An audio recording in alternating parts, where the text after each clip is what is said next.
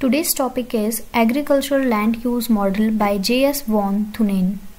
J.S. Vaughan एक farmer and land owner थे और इन्होंने इस मॉडल को 1826 के अंदर क्रिएट किया था। इस मॉडल को एक आइडिया के ऊपर क्रिएट किया गया कि जो फार्मर्स हैं वो उसी लैंड को या फिर उसी लोकेशन को चूज करेंगे अपनी एग्रीकल्चरल एक्टिविटीज़ के लिए जो इकोनॉमिकली काफ़ी इफ़िशियंट हो। और वो किस बेसिस पर इस लोकेशन को चूज करेंगे वो कुछ फैक्टर्स पर डिपेंड करेगी, जैसे transportation cost, land rent and perishability of goods.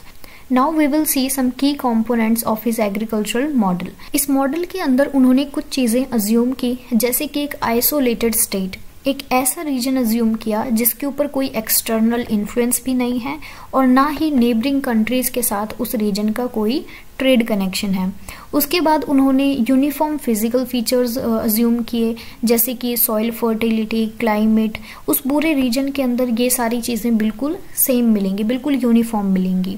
और उन्होंने एक सिंगल सेंट्रल मार्केट कंसिडर किया जहां पर एग्रीकल्चरल प्रोडक्ट्स को बेचा जाएगा। ये सबसे इम्पॉर्टेंट पॉइंट है कि उन्होंने सिर्फ एक ही फैक्टर को कंसिडर किया कि एग्रीकल्चरल एक्टिविटीज़ की जो लोकेशन है वो एक फार्मर कहाँ पर सेट करेगा, ये सिर्फ ट्रांसपोर्टेशन कॉस्ट को देख के करेगा। इसी को ही उन्होंने एकमात्र फैक्टर कंसीडर किया है।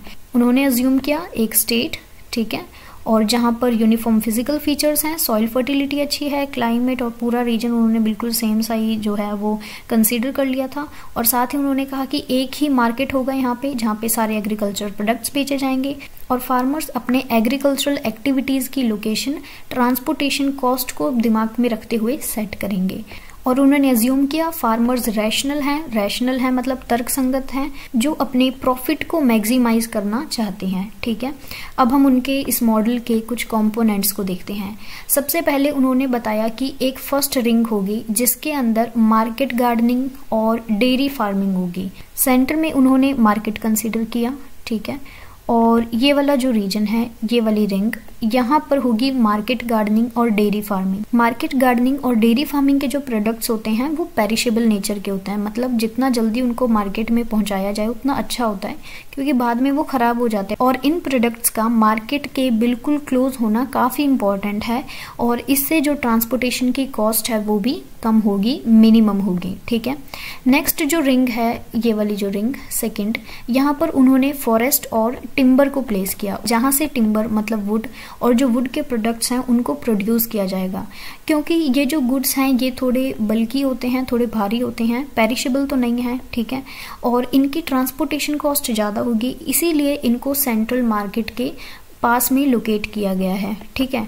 जैसे कि मार्केट गार्डनिंग और डेयरी फार्मिंग को क्यों किया गया, क्योंकि ये पेरिशेबल हैं, जल्दी से ख़राब हो जाएंगे, तो इसीलिए जितना जल्दी हो सके मार्केट तक पहुंचाने होते हैं ये प्रोडक्ट्स। सेकंड रिंग के अंदर आता है फॉरेस्ट और टिम्बर। यहाँ से जो वुड आएगी वो वुड थोड़े बल्की होगी, बल्की होने की वजह से जो ट्रांसपोर्टेशन कॉस्ट है वो ज़्यादा होगी, सो इसीलिए इसे सेकंड रिंग के अंदर कंसीडर किया गया है। जो थर्ड रिंग है, एक बार फिर से इसको ड्रॉ करते हैं, ये सेंट्रल मार्केट हो गया, ये फर्स्ट रिंग है, ये सेकंड है और ये है थर्ड रिंग, ओके।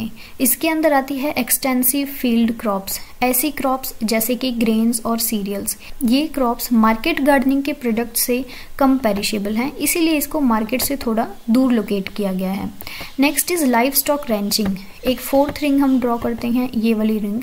इस रिंग के अंदर होगी लाइव स्टॉक रेंचिंग, मतलब एक पर्टिकुलर कैटल या फिर गोड्स हो गई, शिप्स होंगी, इन सबको इस रिंग के अंदर रेज किया जाएगा और ताकि वो इस मार्जिनल लैंड के अंदर ग्रेज कर सकें, ठीक है, और ऐसी लैंड जो कल्टीवेशन के लिए सुटेबल नहीं है। और लाइव एनिमल मतलब जो जिंदा एनिमल्स हैं उनकी जो ट्रांसपोर्टेशन कॉस्ट होगी वो इस बल्की क्रॉप्स मतलब ये वाली जो रिंग है इसके अंदर जो क्रॉप्स हैं इनसे कम होगी, इसीलिए इसको फोर्थ रिंग के अंदर डाला गया है। अब हम इसकी इम्प्लीकेशंस देखते हैं। इस मॉडल का जो एम्फेसिस है वो ट्रांसपोर्टेशन कॉस्ट के रोल पर है, ठीक है, और इसी से ही एग्रीकल्चरल एक्टिविटीज़ को ऑर्गेनाइज किया गया ट्रांसपोर्टेशन कॉस्ट को देखते हुए। जो प्रोडक्ट्स सेंट्रल मार्केट के क्लोज हैं, ठीक है, उनकी जो ट्रांसपोर्टेशन कॉस्ट होगी वो कम होगी। Intensity of land use and transportation cost के बेसिस पे लैंड यूज के जॉनिंग को ये मॉडल सजेस्ट करता है। और मार्केट फोर्स फार्मर्स के डिसीजंस को इन्फ्लुएंस करता है कि उन्हें क्या प्रोड्यूस करना है और उनके फार्म्स को उन्हें कहाँ पर लोकेट करना है, ठीक है।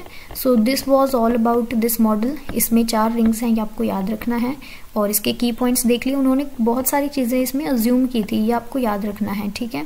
Thank you so much, have a good day और चैनल को सब्सक्राइब कर लेना।